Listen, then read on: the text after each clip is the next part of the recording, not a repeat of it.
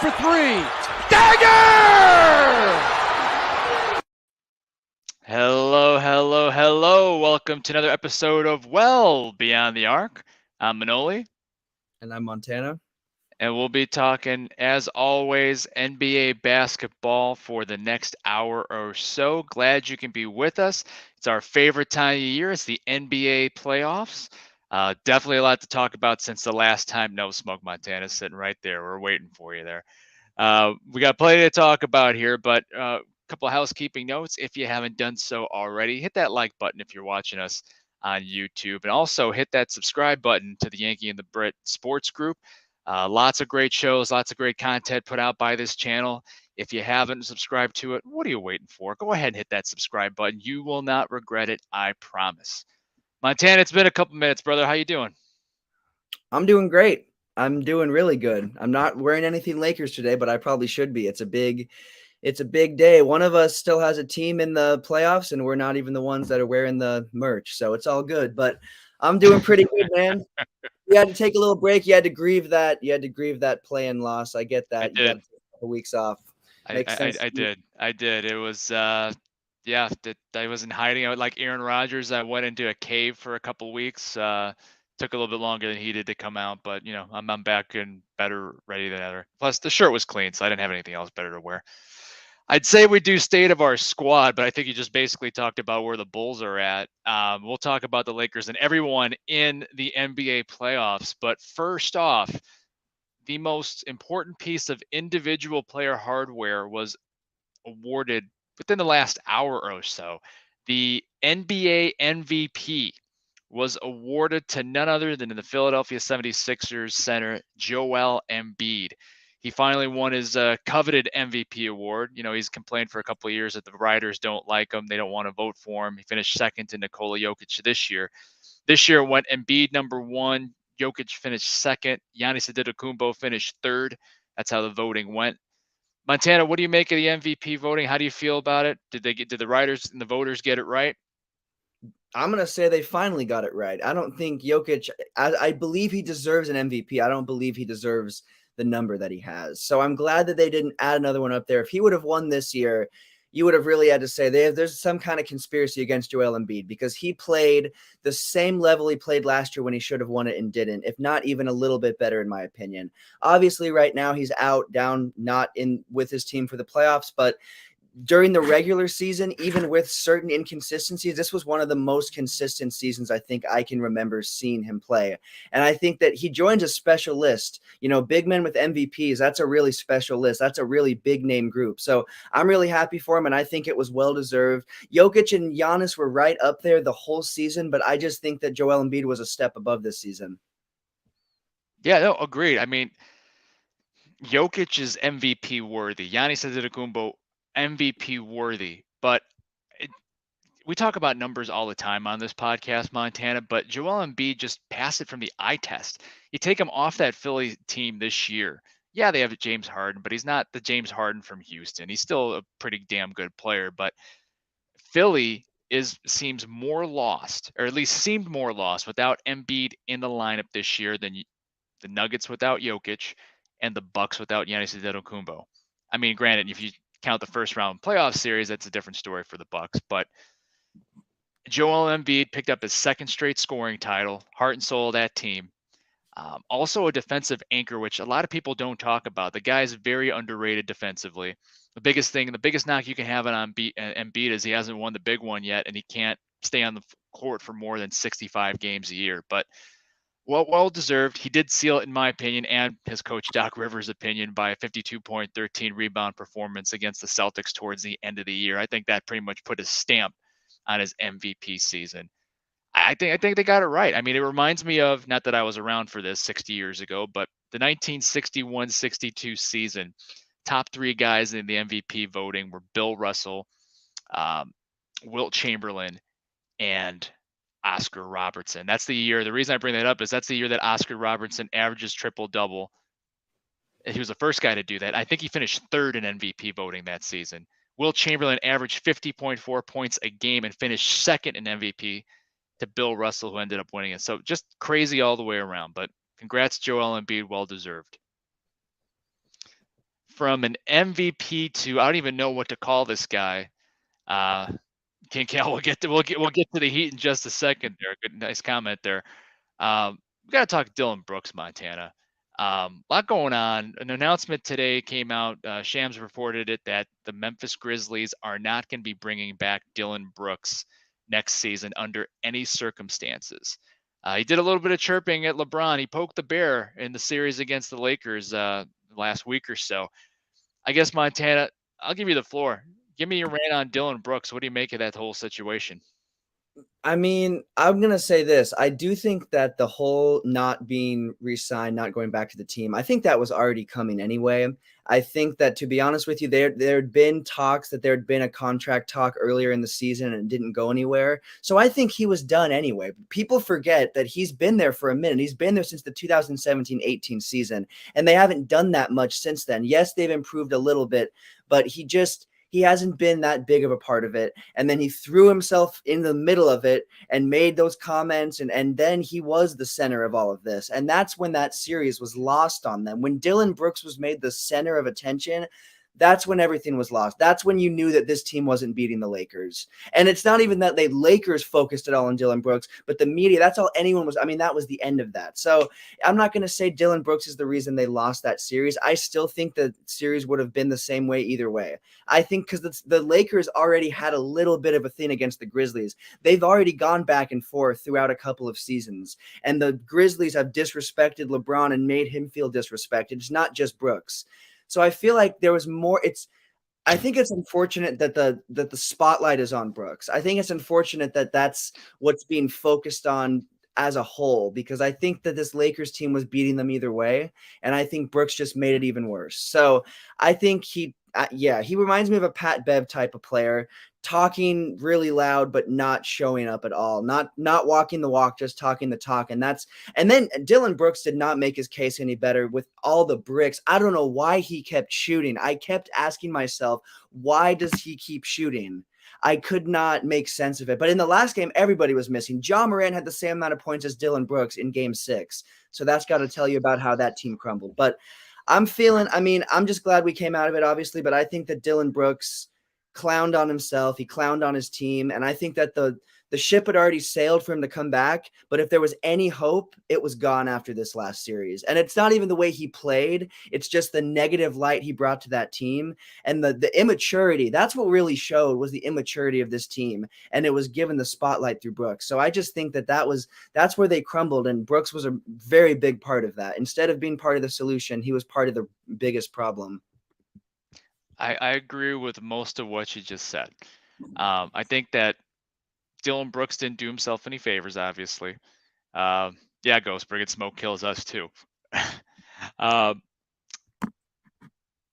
If you're going to sit there and quote unquote poke the bear and talk that mess about LeBron, saying, he's old. I don't respect anybody until they give me 40. Well, I hope you respect him now. Now they beat you by 40 points in game 6 and sent you to Cancun, basically, and sent you to another team officially. If you're going to talk all that smack, you have to be able to back it up, right? And he didn't do it. He didn't do it with his play on the court, not even just on the offensive end. On the defensive side, he was constantly in foul trouble. I mean, when he was on the court, he was terrible, but then he couldn't stay on the court as it was, right? Memphis Grizzlies had a bunch of problems all the season long. We can go through all the different incidents. You can say they brought it among themselves. There's a lot of immaturity. Some of it's been rectified. Some of it might be addition by subtraction once they let Dillon Brooks go. But my biggest thing is Dillon Brooks started talking all that smack and then went and hid from the media after that. He went and hid from everybody. He's not that guy. He tried to be that guy. He tried to act like that guy, dressing up like Stone Cold Steve Austin coming into games and things like that. All he did, I completely agree. He was a distraction to his team. Terrible on the court. Wasn't a winning player. He cost himself a bunch of money. He's going to be a free agent next season. It's going to be interesting to see where he signs. I hope it's not with my Bulls, but with my luck, the Bulls are probably going to give him 4 years at $25 million per to completely suck. But we'll see what happens. But Dillon Brooks, I'm with you. Most valuable clown on that guy. Since we're talking about clowns, we might as well talk about another one. That's Draymond Green. That might be a little harsh, but I scratch my head at Draymond Green because maybe the guy's a genius. had an incident with Domantas Sabonis in the last series with the Sacramento Kings where I thought, oh man, this guy almost is about to cost his team another series when he got suspended. Turned out to be kind of a rallying cry, and it arguably helped him win the series. Montana, what do you make of Draymond Green? We talk about this guy all the time. Did he almost cost his team a series, or was this some sort of evil genius to rally his Warriors to a win? I think that it wasn't. Okay, I don't know. I think that here's the thing. It could be looked at both ways because it very easily could have been something that could have unraveled them. The reason that team did not become unraveled was because of Steph. It wasn't because of Agreed. Draymond Green. The Agreed. only reason that team is in round 2 is because of Steph. So I'm going to say it right there. I think that Draymond Green is a clown, and I think he's not going to be with the Warriors long term. I think that ship has sailed, and it's needed to have sailed sooner. But people forget he punched Jordan Poole at the beginning of the season. That was a really, I wonder, maybe the reason they weren't more successful is because maybe their team didn't have the best chemistry. Maybe there were problems. There's all these things there that Draymond Green, instead of being that guy, he is not that guy. He didn't rally that team. That was Steph Curry. And that was Steph Curry. I think Draymond Green, the only reason it's looked at as, oh, maybe that was a way to rally is because they didn't get eliminated. Had they been eliminated, everybody would be looking at Draymond Green. And that's the exact, what I looked at that and said, that is a reason the Kings are going to take this series and go and run because Draymond Green is putting them in jeopardy. But that is not what happened. They rallied, but they rallied behind the best point guard in the league, Steph Curry. I couldn't have said it any better myself. I mean, Draymond Green should be thanking Steph for bailing him out. Now, granted, the Warriors came back and won the game. I believe they won the game where Draymond was suspended anyway. Ended up going to 7. So, look, we talk about how Draymond Green can positively, in fact, how he has positively impacted the Warriors over his tenure in Golden State, right? The guy does little things to win. He's the type of guy you want on your team for the most part, not the type of guy you want to play against, right? It's not like the guy, is a complete bum. Yeah, we call him a clown, whatever, but who knows? I like you expect him to see him in a Lakers uniform because I don't think Golden State's going to hand out another max contract, especially to Draymond Green, when they may have to think about extending Clay. They have Steph Curry's new contract coming out of the books. Another thing about the Golden State series, not to go off too much on that tangent. Yeah, Steph had 50 points in Game 7 and arguably single-handedly led them to victory, but one of the big reasons why Golden State played better in that series and didn't completely collapse was the return of Andrew Wiggins. A lot of that up and down from the Warriors, especially in the second half of the season, was because they didn't have Andrew Wiggins available in the lineup, and he makes all the difference for that team as a young wing, another guy on their depth, a guy that can defend, things of that nature. A 3-and-D wing, a 3-and-D athletic wing, basically. So I think Draymond should be thanking Andrew Wiggins and be kissing the ground that Stephen Curry walks on. Speaking of crazy performances, what about Jimmy Butler in round 1? I know Jay's not going to like hearing this, but we got to talk about it. Jimmy Butler, 56 points in a win over Milwaukee in Miami, I believe, and then followed that up with a 42-point performance in clinching Game 6, including a crazy acrobatic game-tying shot. Yeah, he pushed off Pat Connaughton. The NBA claims that Pat Connaughton fouled him before that. I didn't see it, but yeah, he pushed off, but they didn't call it.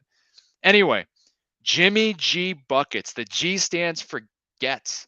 Montana, what do you make of Jimmy Butler's first-round series against the Bucks?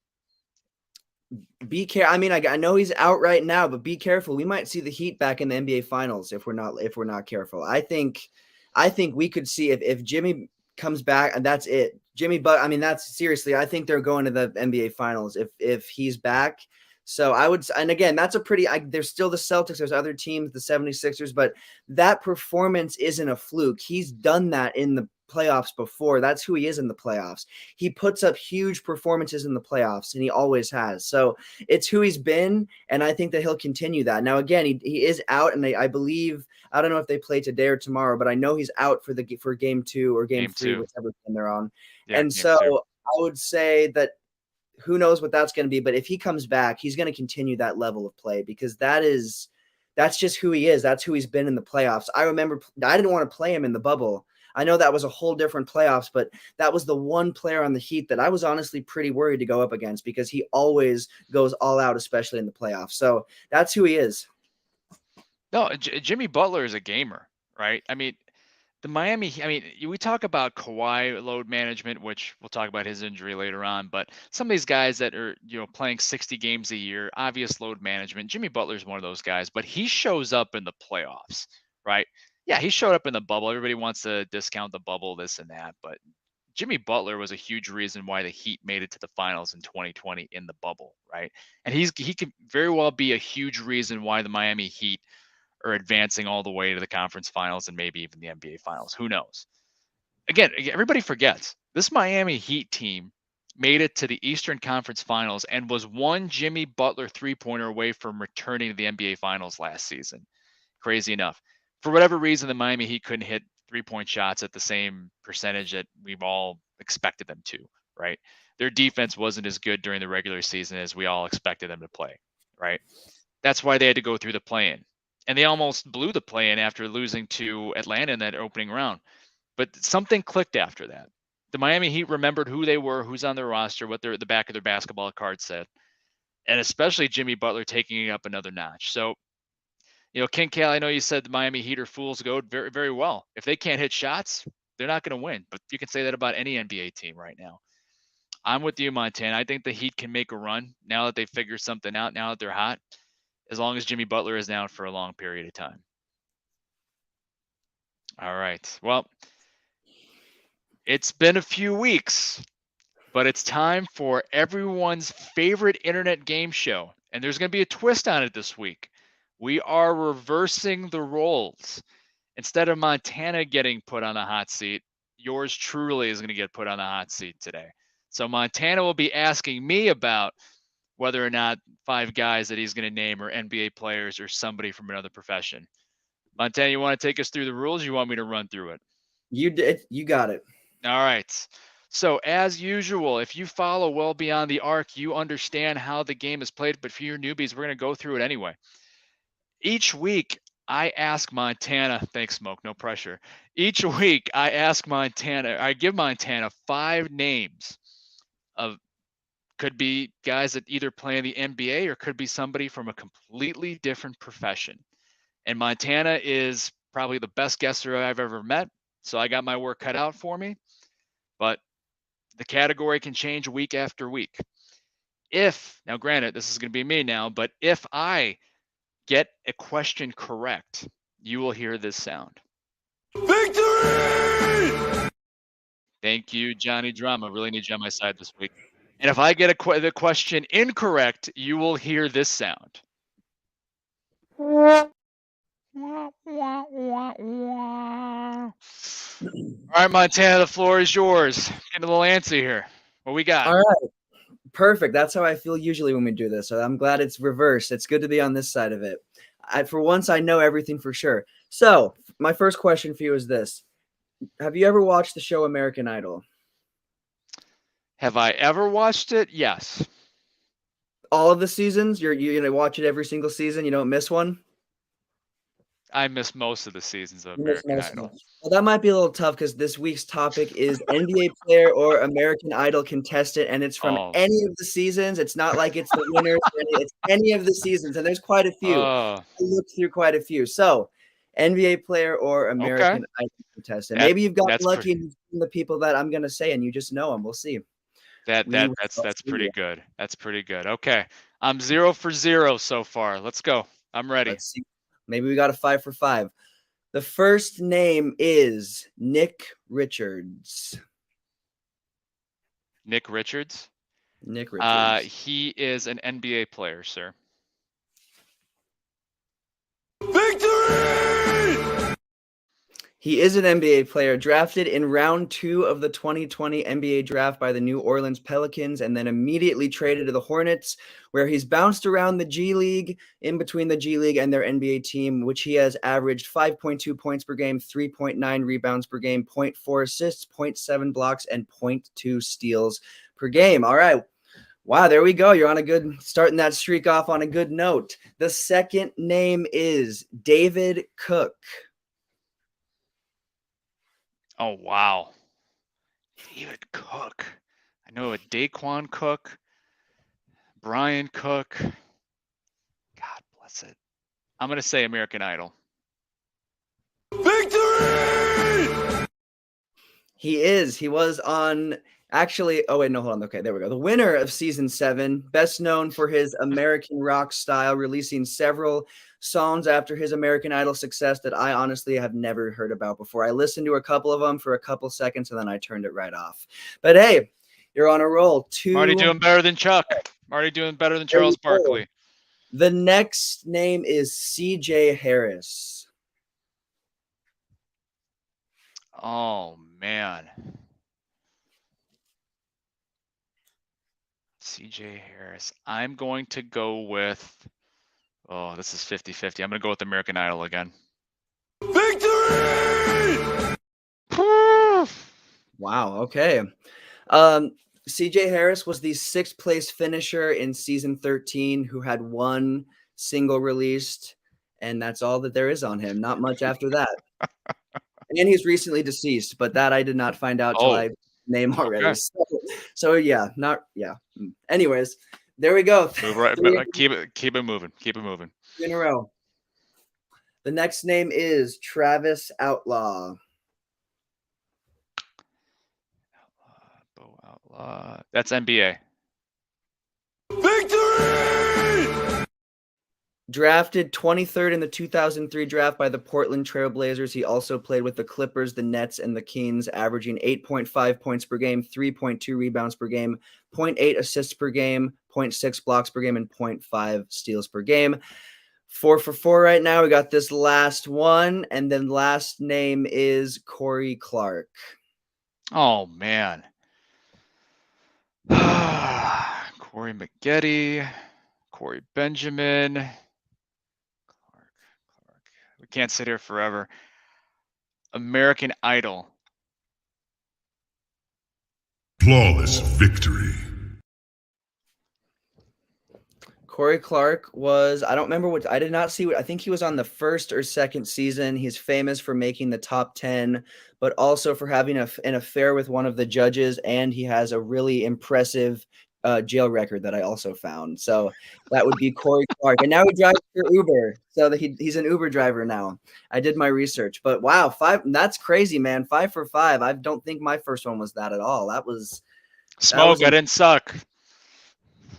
Man, I thought some of those names would get you for sure. I tried to pick the ones that could be either or, so not quite. Listen, I have a whole new respect for you sitting in that seat. I have a little bit of an anxiety and a little bit of nervousness every time those names are being read. So there we go. More power to you. Well done, sir. Well done. Jay, we're not holding for the Yankee and the Brit, so we're just going to keep going here. Thank you, Montana.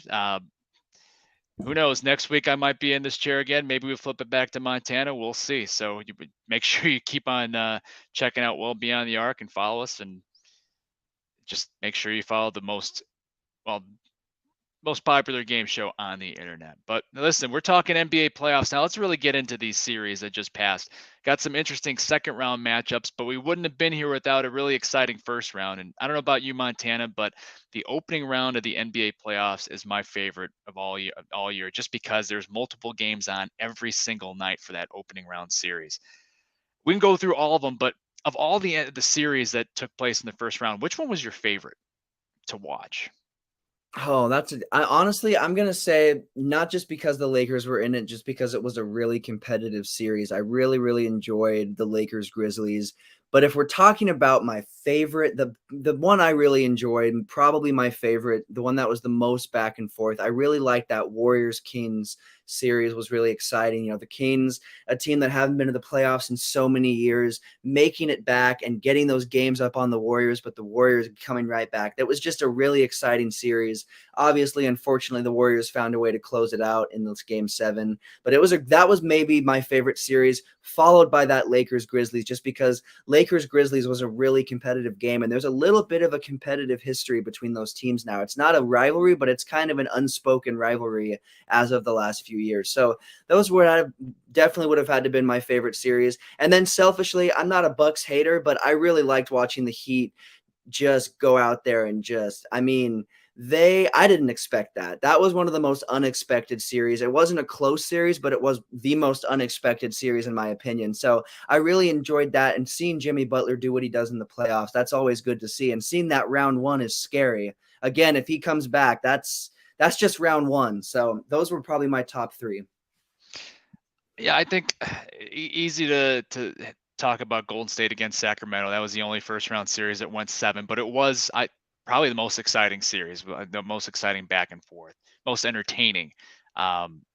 There's that one. I actually liked watching the Lakers and Memphis Grizzlies series, just to kind of see that competitive going back and forth. The Lakers, coming into the 7th seed, winning the 7th seed in the play-in. This isn't a true 7th seed, right? And I got to give credit again to Rob Pelinka for completely revamping this team at the trade deadline, shipping out Russell Westbrook, bringing in one of who I believe has a chance to be a breakout performer in these playoffs, and he wasn't in the Grizzlies Lakers series, and that's Rui Hachimura. That's a guy that should get paid pretty soon. And if I was the Lakers, I would do what I could to keep him, because he's a young wing, can prove that he can hit down a 3-point shot. Just ask the Grizzlies, and Taylor Jenkins is probably having nightmares of Rui Hachimura hitting 3-pointers in his sleep. So that was pretty interesting. But another one that I found, and I can't believe I'm saying this is one of my more favorite series, but I actually enjoyed watching the Knicks Cavaliers series, but only the games that were at Madison Square Garden. I was never a big Knicks fan growing up. I'm not a Knicks hater now. If we're talking about breakout guys, Josh Hart is another guy that's about to be yeah, okay. Smoke getting us again. Golden State does have home court in that Lakers series, by the way. Josh Hart's another guy that is going to get paid, right? He's had a breakout playoffs, and people around the league, people around the country know who Josh Hart is. So it was good to see the Josh Hart coming out party. Good to see Madison Square Garden absolutely rocking. Just something about that arena with the organ and the fans going crazy every time the Knicks were hitting shots. I don't know, that was pretty cool to see for me. What about, we talked about it a little bit, but more, what are some of the more surprising series? Talked about Milwaukee, Miami, but what were the more surprising series in your opinion so far? So I'm going to be honest. I think for me, that the Hawks Celtics series was, in my personal opinion, I did not think the Hawks would even come close to coming back in that series. I thought the Hawks were going to be, I thought it was going to be a 4 or 5 game series, and the Celtics, that was going to be it. I truly did not think the Hawks would stay alive like that, especially before the series, with all of the, not the rumors, but all of the dead cold hard facts about the Hawks and Trae Young maybe not coming to terms together and remaining, maybe Trae Young is not going to remain in Atlanta. That was right before that series. And that's been going on for a little while. There's all that talk. Sure. Trae Young has a lot of talk about him. He's had a lot of talk about him, whether it's accurate or not.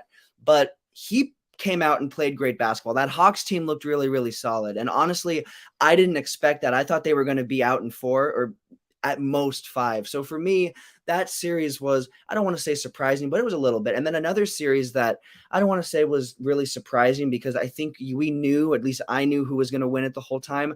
But the Clippers versus Suns, that competitiveness of that series, again, I'm not a Clippers fan at all. Obviously, Lakers fan. Clippers are just not one of my favorite teams at all. But I will say this, I respect how much they fought to stay in that series and how close they tried to keep those games, even with Kawhi, especially when Kawhi went down. They didn't have a chance. They didn't have a chance when Kawhi was in. But when Kawhi went out, they still competed. So those are 2 series that I thought were going to be over sooner, especially that Phoenix versus Clippers series, because once Kawhi was down, I thought that was it. But the Clippers still fought, and I didn't really expect to see that. So those would be 2 series for me that honestly surprised me pretty much. I guess one more that I will say this, one more that I don't want to say surprised me, but it surprised me with the way it ended up, would have been that Kings Warriors series. And again, before the series, I still thought the Kings were going to win. But when that series started, you cannot tell me you did not think the Kings were going to win that series after game. I mean, they looked dangerous. They looked like the Warriors could not keep up with them. So what surprised me about that series was how it ended up. I didn't really know what it was going to be before, but what surprised me was about how that series ended up, because I honestly thought the Kings were going to run away with that one after game 2. And that, we know what happened. I mean, the Warriors they've been there before. They can outlast a team like the Kings that haven't been there for 17 years. So there's that. But those would be the series that were surprising. I mean, yeah, I didn't expect those at all. So before I dive into my answer, I want to address Ghost's question about, if we think that Kawhi Leonard is overrated, right? If he didn't get injured, if he didn't tear his meniscus, the way he was playing that first game and a half, 2 games against Phoenix reminded me a lot of the Kawhi Leonard that played for the Raptors during that 2019 playoffs, right? When healthy, Kawhi Leonard is a great player. I'm not talking about, when healthy, like a Derrick Rose situation when he got hurt about 10 years ago when everybody was like, well, he's still one of the best point guards in the league. No. Kawhi Leonard showed it over time this season. Granted, at the beginning of the season, he was playing, lower minutes coming off the bench. But from January on, he was low key one of the better players in the league, right? Now, granted, he hasn't been healthy, but this season, the load management helped, and he was healthy for the better part of this season for the first time in a while. First 2 games of the playoffs against Phoenix, he balled out. If he doesn't tear his meniscus, we're not having this conversation. Flat out, Agreed. in my opinion. So I don't think Agreed. he's overrated. Now, can you depend on Kawhi Leonard? That's a different conversation. I think the answer to that is no, just because of his injury history. I don't know. What do you think, Montana? I agree. I think honestly, when I look back, the only Kawhi that I really look at as dependable and dangerous was when he was a Raptor, and that only lasted 1 season. He had 1 season of being that guy, and then he's not. So I would say, yeah, I don't think he's overrated, but I totally agree with the points you're making. And the injuries are an issue, and it definitely damages his legacy. Even if he's not overrated, it damages his overall legacy. At the end of the day, people will look at that when all is said and done. You will look at him for that because it's been such a big part of his career. Sure. I mean, this is a guy that has 2 finals MVPs. Toronto doesn't win the 2019 NBA championship without Kawhi Leonard. They don't even get to the finals. I'm so glad we did not get Kawhi. I am so glad to answer that. I am so glad we did not get Kawhi. I have no grudge against him not coming here. I just think there are more expectations with Kawhi Leonard because of his resume coming into the Clippers, right? And he just hasn't been able to stay healthy. That's it. But when he's on the floor, the dude is great. As far as surprising series in the first round for me, I mean, I don't know if there was a more surprising series than Bucks Miami, right? You can't predict Giannis Antetokounmpo to get hurt early in game 1. And even in game 1, just watching that, the Bucks didn't come out with great energy. Miami was ready to play from jump ball. There's some rumors about Mike Budenholzer's job being in jeopardy. Other reports about, the unfortunate news about his brother dying in a car accident before game 4. Maybe that's, I'd be distracted if I was the coach and that happened to me too. But, the Bucks didn't look right from the beginning of that series. Antetokounmpo being out for 2.5 games obviously had an effect. And who knows what percent he was playing when he did come back for games 5 and 6. But so for me, the overall number 1 seed, the top team in the NBA record-wise, going down to a team that had to scratch and claw to get in the play-in, was the biggest surprise for me. I'm also surprised that the Phoenix Clippers series didn't go more than 5 games. Obviously can't predict maybe you can predict in some cases, but you couldn't predict the Kawhi Leonard injury. Expect that to be more of a fight from the Clippers. They fought even without Kawhi Leonard. You got to give it to them. They didn't give up. Russell Westbrook actually played well after Kawhi Leonard went down. But those were the 2 for me that were the biggest surprises. But now we're on to round 2. Pretty much puts a bow on round 1. We got some interesting matchups. Throwback to the 1990s. Throwback to the 90s. We have the Miami Heat and the New York Knicks. Miami took game 1, but lost Jimmy Butler to a sprained ankle that he's going to be out for game 2. Let's just go through the rest of the semifinal series, Montana. We'll do a little preview here. Who do you got winning between Miami and the Knicks? I've got Miami. The one thing I will say, unfortunately, is Miami's missing a couple of key players to injury, not just Jimmy Butler. Obviously, Oladipo went down, Tyler Hero's down. So they've been missing these guys. They've made it work, but a big reason they made it work was Jimmy Butler. So with him down too, it's definitely going to make the series more even. But even with Jimmy Butler down, I do think he'll come back in the series. But even if he misses the next, he's out for game 2. Even if he misses game 3, I still think they can win. I think they're a team that can outmatch the Knicks. I don't think, like, I'm surprised the Knicks are here, to be honest with you, if I'm being completely honest. That's fair. I mean, for me, it's a pick'em series at this point because just what you mentioned, Tyler Hero being out, Victor Oladipo being out, they have no choice but to dust off the net mothballs on Duncan Robinson. You're going to have to rely on Max Strus and Gabe Vincent to hit shots. Bam Adebayo is going to have to step it up offensively, which he can do. Miami Heat are deep, but I think they've taken too many hits to their depth. I don't know how hurt Jimmy Butler is. At the same time, on the other side, the New York Knicks are missing Julius Randle. I don't know if he's going to be back for game 2. He's got an ankle issue that he was dealing with towards the end of the regular season that he re-aggravated, and he was out for game 1 as well. So all this talk about the Miami guys being out, Knicks are missing their top scorer. And the Knicks have gotten hit in the mouth in a playoff series, just the last playoff series with Cleveland and come back, and they made adjustments. Tibbs, unlike Mike Budenholzer, can make an adjustment. But Eric Spoelstra on the other side is one of the best coaches in the league as well. So for me, it's a pick'em series. I'm going to go with, and this is a complete guess to be completely honest with you, I'm going to go with the Knicks in 7, not knowing how hurt Jimmy Butler is, but just the lack of depth on the Miami side. Aaron Rodgers didn't help the New York Rangers win, though. But hey, there you go. I'm going to go with the Knicks in 7.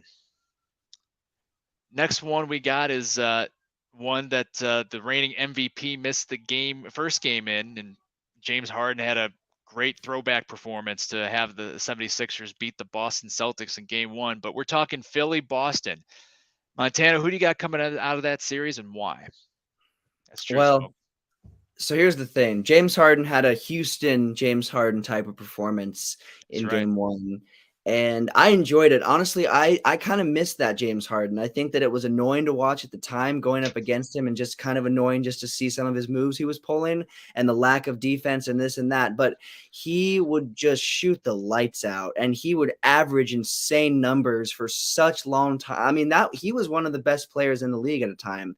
And he had a performance that looked exactly like that. But he's not going to be able to play like that, nor is he going to be focused on to play like that the whole series. And if Embiid is out, which there's no good news on the Embiid front right now, other than him winning MVP, that's great news. But there's no current good news on him currently. I don't know. I haven't seen any updates saying what the word is there. So if he misses more games, Boston is a better team overall than Philadelphia if they don't have Embiid. So we can't really make the call because we don't know if Embiid will be back or not. But either way, I'm gonna go Boston in 6. I think Boston ends up winning this series in 6 without Embiid. Even with Embiid, I still think they can outmatch them at the end of the day.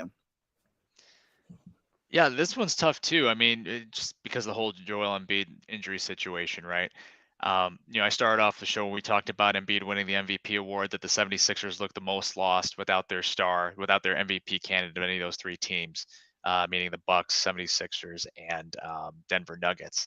They certainly didn't look lost in game 1 with Harden throwing up that 45 points in the go-ahead 3-pointer, but that's not sustainable for a 7-game series, right? Boston's got arguably the deepest roster in the league. They're fully healthy, right?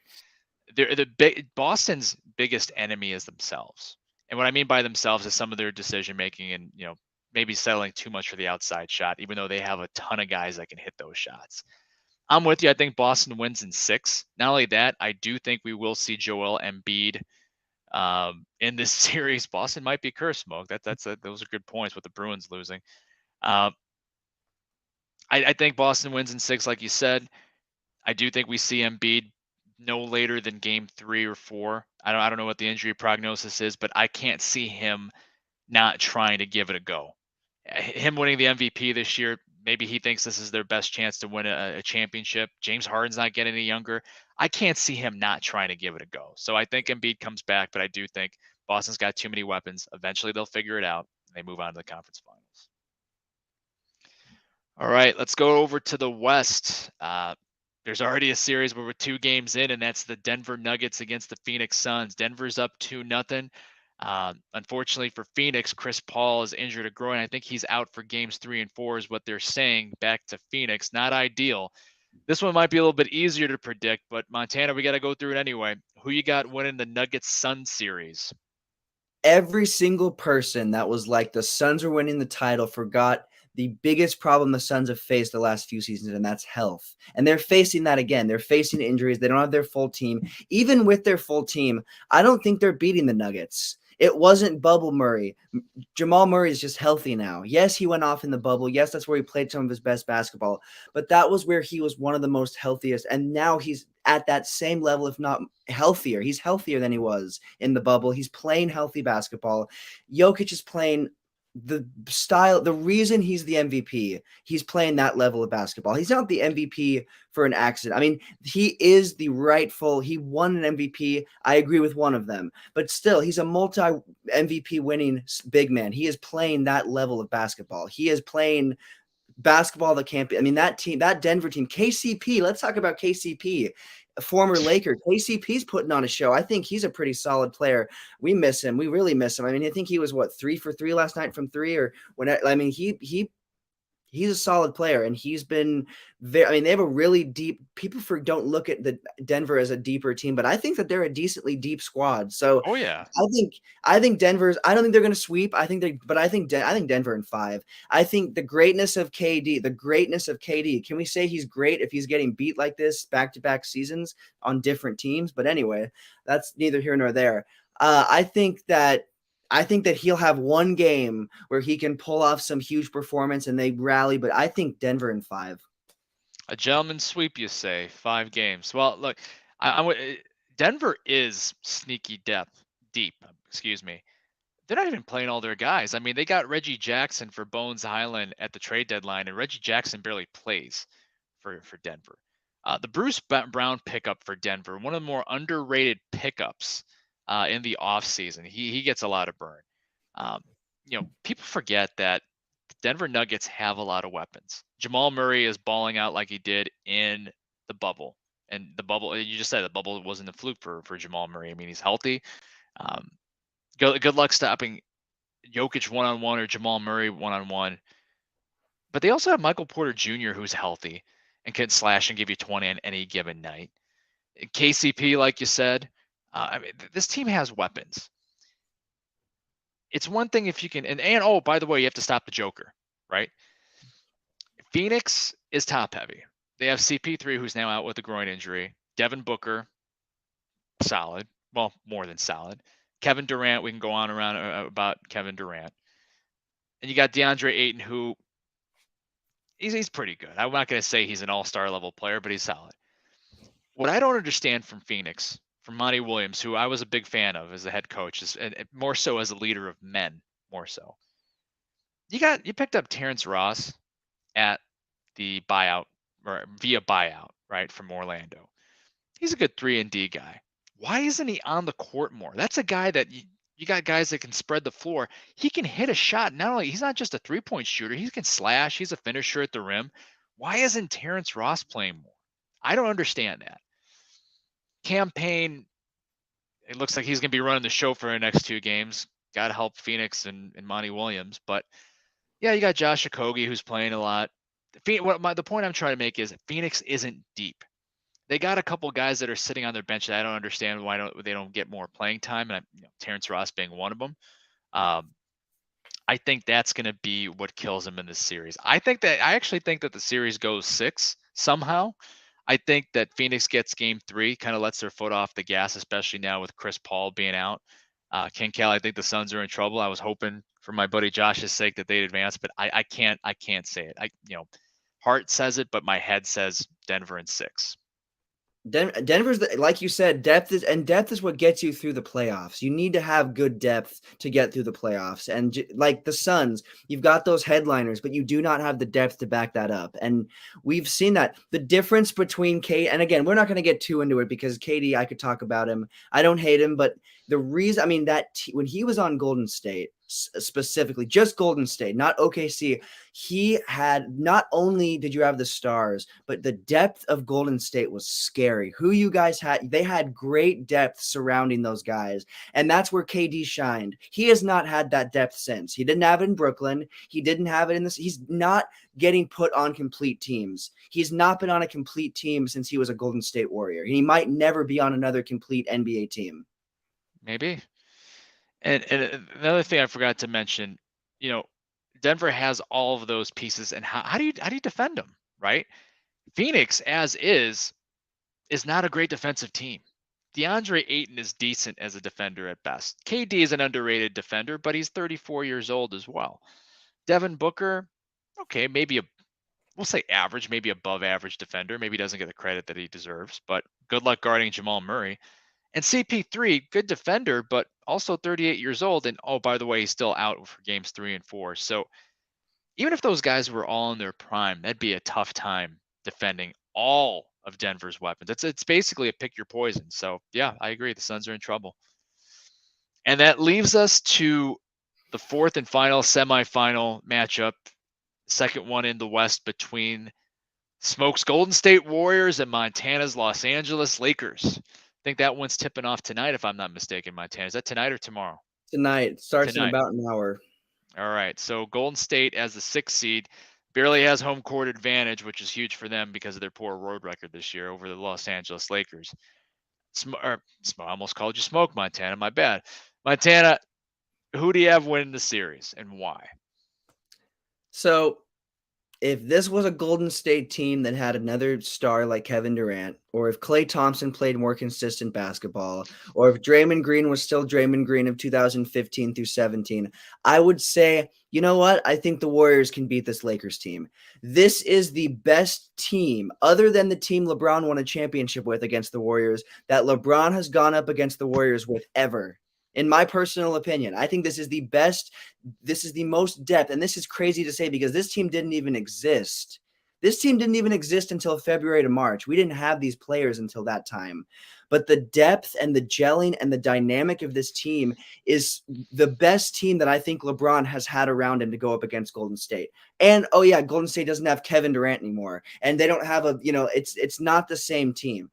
I don't think the Lakers are going to win in 4. That's ridiculous. Neither the Golden State Warriors or the Lakers are going to get this in 4.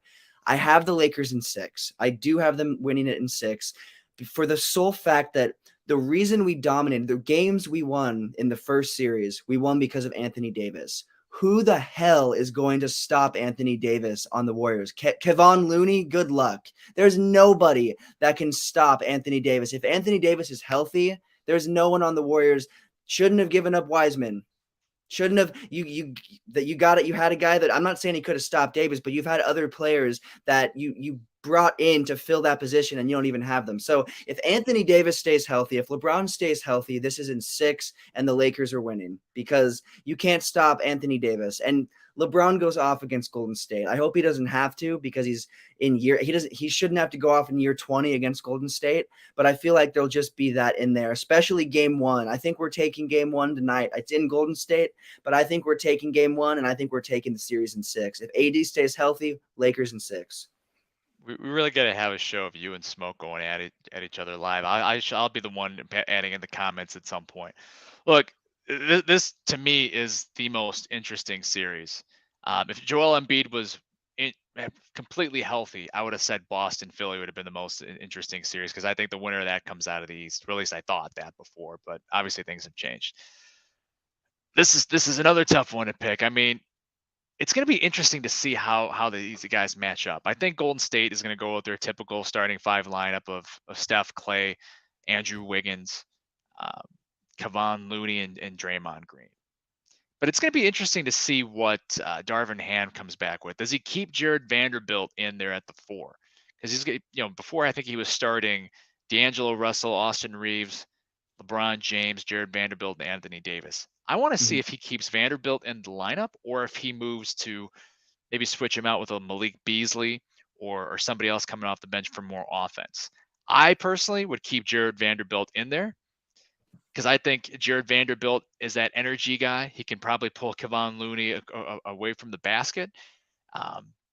Jared Vanderbilt proved that he's not a great 3-point shooter, but he can knock down a shot if you leave him open.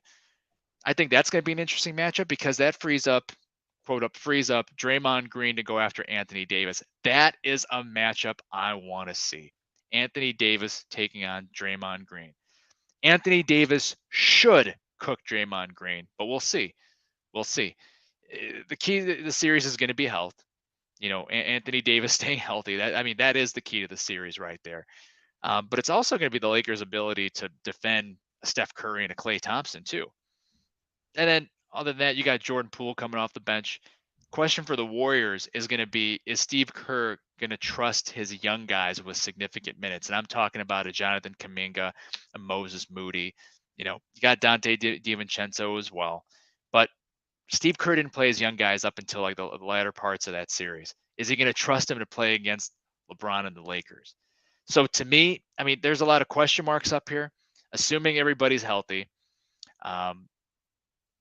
I got Golden State in 7, and I have them winning Game 7 in overtime. But it wouldn't shock me if the Lakers pulled it off, just because the Lakers are hot right now. They're deeper. I can't say it enough. I love the moves that Rob Pelinka made. I think he built them for the playoffs. But for whatever reason, I just have a feeling that Anthony Davis isn't going to show up for 7 games, and that's going to be the difference in the series. We'll see. We could say the same thing about Klay Thompson not showing up. He's choked. We could say the same thing about Curry. Curry had a great series last series, and he more than likely is going to bring that momentum into this series. But we've seen Curry disappear in the playoffs, and we've seen Curry not have the best games, and we've seen some of those games be up against teams LeBron has been on. So I just think that there's like you said, there's a lot of question marks. I think the best way you put it was there's a lot of question marks because again, Anthony Davis, we have no proof that Anthony Davis can stay healthy for the playoffs except for the bubble. That's the only proof that we have of that. We saw him go down with the Pelicans. We've seen him go down in the playoffs. We saw him go down against the Suns. That's the reason we lost that series. We may have been back in the finals that season after we won the chip if AD doesn't go down. So Anthony Davis going down is catastrophic for this Lakers team, and it always has been. It always will be. So that's going to be the question mark. And if we make it through this series, that is definitely going to be the deciding factor. If it's us versus the Nuggets, if we don't have that, I'm excited for that one. But I don't want to get too far ahead because we still have Game 1 against Golden State at Golden State tonight, which I think the Lakers will win the first one. But I think both teams are bringing a lot of momentum. We're going to see a clash in Game 1 of this series. Well, it's going to be a great series. I'm really curious to see how the Lakers are going to try to defend primarily Steph. But, even if they key in on Steph, is Klay going to be able to be typical Klay Thompson, or is he going to struggle like he did in Game 7, right? That's the only reason why I wouldn't be surprised if the Lakers won it. Anthony Davis, like I said, should cook Draymond Green, but will he is the question. There was some times in the Memphis series where Anthony Davis looked like a top 5 player, but there's other times in the series where he looked kind of soft against Memphis. That's basically my biggest question mark. So it's going to be a great series. I can't wait for it, and we'll see what happens by the time we reconvene here next. Well, we're coming to a close of another episode of Well Beyond the Arc, but this is not the only place you can find work done by Montana and myself. Montana, why don't you tell our viewers and listeners about your other projects you got? Yeah, I've got 2 other projects I do. One is called Purple and Gold Zone. You can find it on YouTube at Purple and Gold Zone. You can also find it on Spotify on Purple and Gold Zone. And as you can probably tell, it's a show all about the Lakers. I dive a little bit more into the specifics of the Warriors series. I just released an episode, I think 2 days ago, so check that out. And then another show I do is called The Connor and Heffernan Show, and it's kind of a complete sports show. We talk NHL, MLB, NBA, college football. We talk everything, and you can watch the whole show, or you can pick the segment and go to this part you want to watch. And you can find that on YouTube at The Connor and Heffernan Show, and also you can find that on Spotify at The Connor and Heffernan Show as well. Oh, yeah, definitely be sure to check those out. And I have my sports blog website, the Sports Page blog. You can find it at thesportspageblog.com. Not been able to post as many new entries as I would have liked, but did manage to post one about the struggling Chicago White Sox and what a joke they've become. And it's led them to have one passionate Chicago White Sox fan call in to Chicago sports radio station and give a legendary, clean rant, an accurate rant about the Chicago White Sox and their front office. So be sure to check that out. Well, it's all the time we got for you guys tonight. We will see you next time. Enjoy the NBA playoffs, and Draymond Green, stay on the court. Don't get suspended. Don't be kicking anybody this time. So long, everybody.